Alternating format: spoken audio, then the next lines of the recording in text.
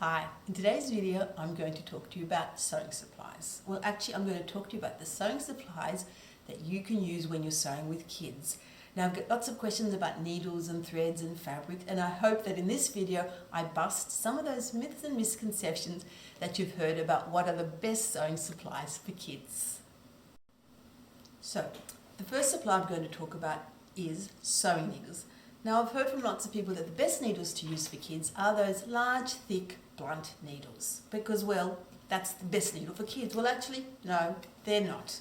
I've been teaching kids for over 30 years now, from about 3 or 4 or 5 years up, and they all use these small, sharp needles, and they do an amazing job at sewing. Now, I like chenille needles, and personally, I use these chenille 24 because I use sewing cotton, which I'll explain to you which thread I use in a moment. But I use these, they're really thin, the eye's nice and large, which means it's easy for kids to thread, and actually adults too, and they're nice and sharp, and it makes it easy for kids to sew. If you're using a slightly thicker thread like a pearl cotton, you can use these chenille needles, which are size 20, which has a slightly larger eye for kids to thread their needles. Now, what's my favorite thread when I'm sewing with kids?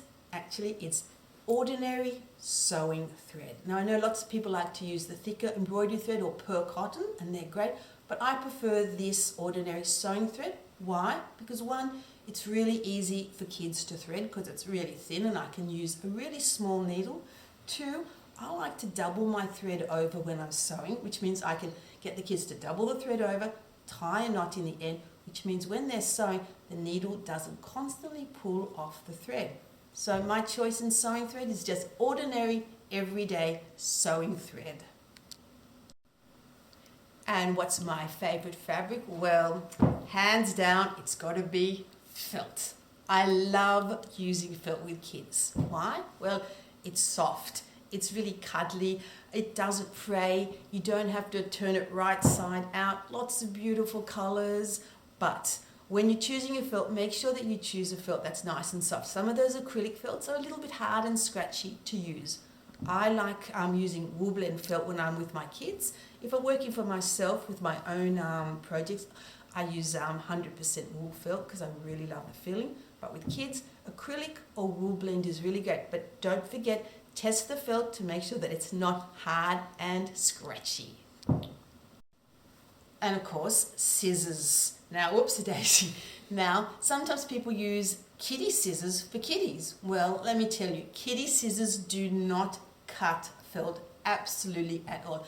And if you're a poor little kid and you're trying to cut felt with kiddie scissors, you're going to be very, very frustrated. So make sure you give your kids a really good pair of scissors, and make sure they only use the scissors for cutting felt or fabric. Remember, good quality scissors makes all the difference. Now, this little pencil here is no ordinary pencil. I call it, it's a lifesaver. It actually is a white wax pencil, or I think it's a crayon sort of pencil, and it works amazingly well on felt. You can draw a line on dark felts, even light felts, it works really well. It's great for drawing lines for kids to see where they're sewing, and rubs off really easily. And I've said this so many times, this has been a lifesaver in all my classes. So a wax pencil is perfect. Hi, now this is just a fun addition. It's a circle stencil. I often use just things I find around the house, but you know, if you've got one of these little stencil cutters around, it's great. It's great for little small holes, great for making eyes. So it's just a fun addition to your sewing supply kit. And this is my latest favorite supply find. It's actually called a hollow punch, and you buy it at the automotive store or car stores. And how you use it is, I just get my felt, put it on a bit of hard wood and bang it, and then you get all these little circle shapes cut out. There's different sizes, and I don't know if you can see this, these are the sort of shapes or sizes of circles that you get from the hollow punch. Again, you just have to get the hollow punch, put it on some felt, on a bit of wood, and get your hammer and bang, bang, bang. And I get my husband to do that because he's better at the banging. And you get all these amazing circle shapes. So if you have any questions, please let me know in the answers below. And one of the most important things that I actually didn't say at the beginning was that it's really important to use good quality equipment when you sew with kids. Now people often think, oh, kids, get them cheap stuff, cheap supplies. It doesn't work. If you're using thread that breaks halfway, if you've got a needle that's slightly blunt or scissors that don't cut, it's really difficult for kids to sew. It makes it really hard and really frustrating. And if you have any questions, please ask me in the comments below, and I've got a free PDF on my blog, Sew with Softy, which tells you all about supplies and stitches and all sorts of things to use. And of course, I did forget to say, my name's Trixie Simons, and you can find me at Sew with Softy. Bye.